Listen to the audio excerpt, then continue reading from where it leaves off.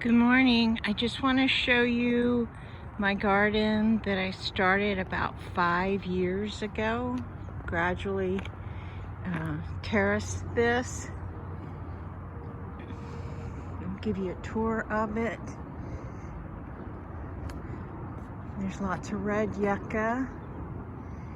I believe that ground cover is euphorbia. Dwarf Yucca hollies. There's a giant rudbeckia. That is a Mexican buckeye. Some echinacea. Salvia greggii. The daisies I've had for many years. I don't know what they're, where they're from, but they're kind of short-lived perennial that reseeds itself, and it's been started blooming in March, and then I cut it back and it blooms a second time, and so now I just leave it to wait to see for it to go to seed. There's a Jerusalem artichoke up there. No, Jerusalem sage. Black and blue salvia. The last of the larkspur, it's about to quit, the purple there. Some liatris coming right there, and there's a coneflower behind it. That's a little bit of Zexminia there. The yarrow I cut back. It's a white yarrow. I like that because it's kind of a winter, cool season plant.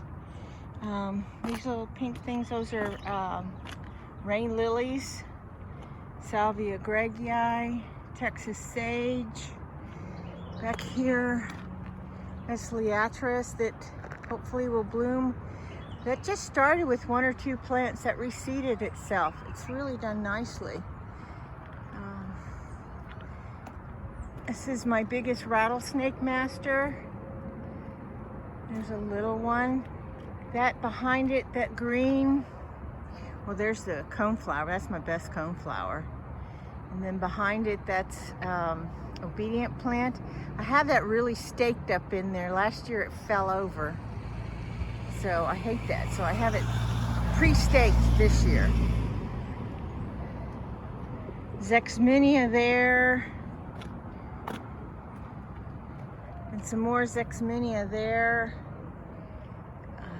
That's penstemon, Gulf Coast penstemon, that's gone to seed right there. I have the dwarf yopons dotted through to give some winter interest. I had to terrace. This is quite a steep hill that I'm not mowing, so I terraced it and planted it. Daylilies back there. There's a lot of salvia, mealy blue sage back there that I cut back. It'll flush again through the summer. My skeleton leaf goldeneye back behind that rattlesnake master. It was beautiful last year, but it's having a slow start this year. Again, a lot of yarrow right there that bloomed beautifully, the white blooms, but I cut it back. A little bit of yellow yarrow left. More rain lilies. Salvia greggii. Irises. Zexminia. Another giant rudbeckia. This is my desert willow.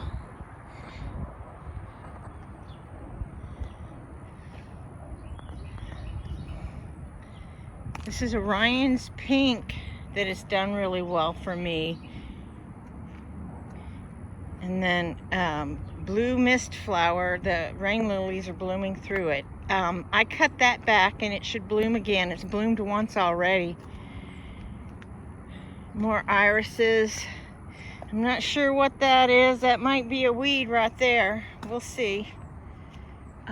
This is a Arizona cypress. One of my favorite natives. Here's a Galra, however you say it. I have another one on the other side. Some more liatris. Those are Asian persimmons.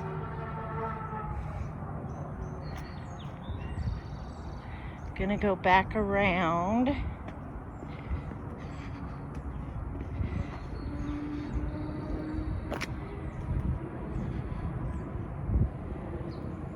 Up there, that's Tithonia. We'll go up there and see.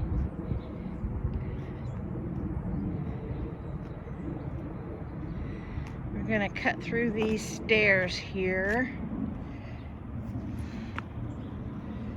I don't know how to edit, so you'll just have to come with me. That's an Abelia. That right there is a Lindheimer Muley. Oh, it's the prettiest thing in my garden in the fall. That there is a pink muley grass. Nope, I don't think that's pink muley. I think that might be a little blue stem. And over here, I think this is a pink muley. Again, the obedient plant. The daylilies. Muley blue sage. That is some kind of verbena that comes back every year. I planted those abelias as lucky lots. I planted 7 of them. I want this to be a hedge to hold back these Tithonia. These are the most wonderful pollinators. You see I don't know, way in the back there's a pipevine, swallowtail. But anyway, they get real ratty at the bottom and want to fall over, so I'm growing these abelia to hold them back. This is a false indigo. It blooms just a little while in the spring. That's ironweed. I think it's ironweed. This is a rain garden that drains the back. I also use it as a chop and drop. That's where all the yarrow is. Everything that I've cut back, Engelmann daisy, all that kind of thing, it all goes in here. And breaks down. And you can't see it from the street, so it's okay. This is a Texas persimmon. It doesn't bloom, so it must be a male. Not much is native in here, except for, but it's all eaten up, the pipevine. I've had more pipevine swallowtails this year. My rain barrels. This house was built in 1950, so some of the original things I have left, like the red tip photinias and that border there. I've just left that. I kind of like it. That's elderberry right there. Some more obedient. You can see obedient plant right there. That's some sage I haven't gotten around to, the mealy blue sage that I haven't gotten around to cutting yet. That's a golden lead ball tree that's not doing so well because that right there, I dug it up and put it over here. Some more liatris.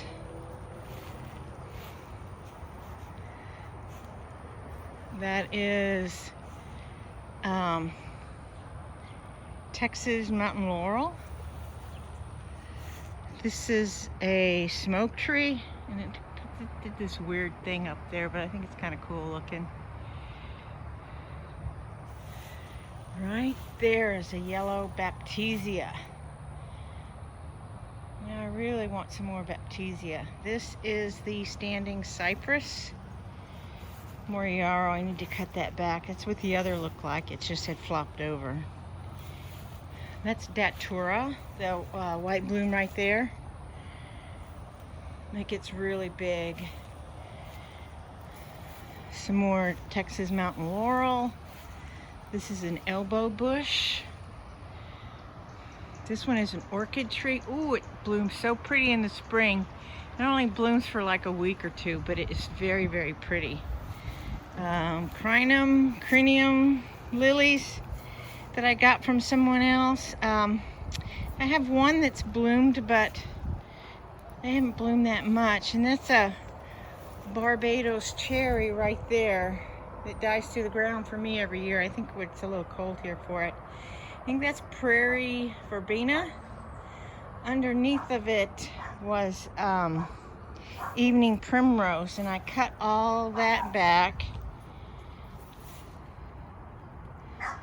There's a little salvia there. I think this is supposed to be bee balm, but it hasn't bloomed yet. Of course, I gotta have some hydrangeas and all of that. But anyway, that is the front garden. Thank you.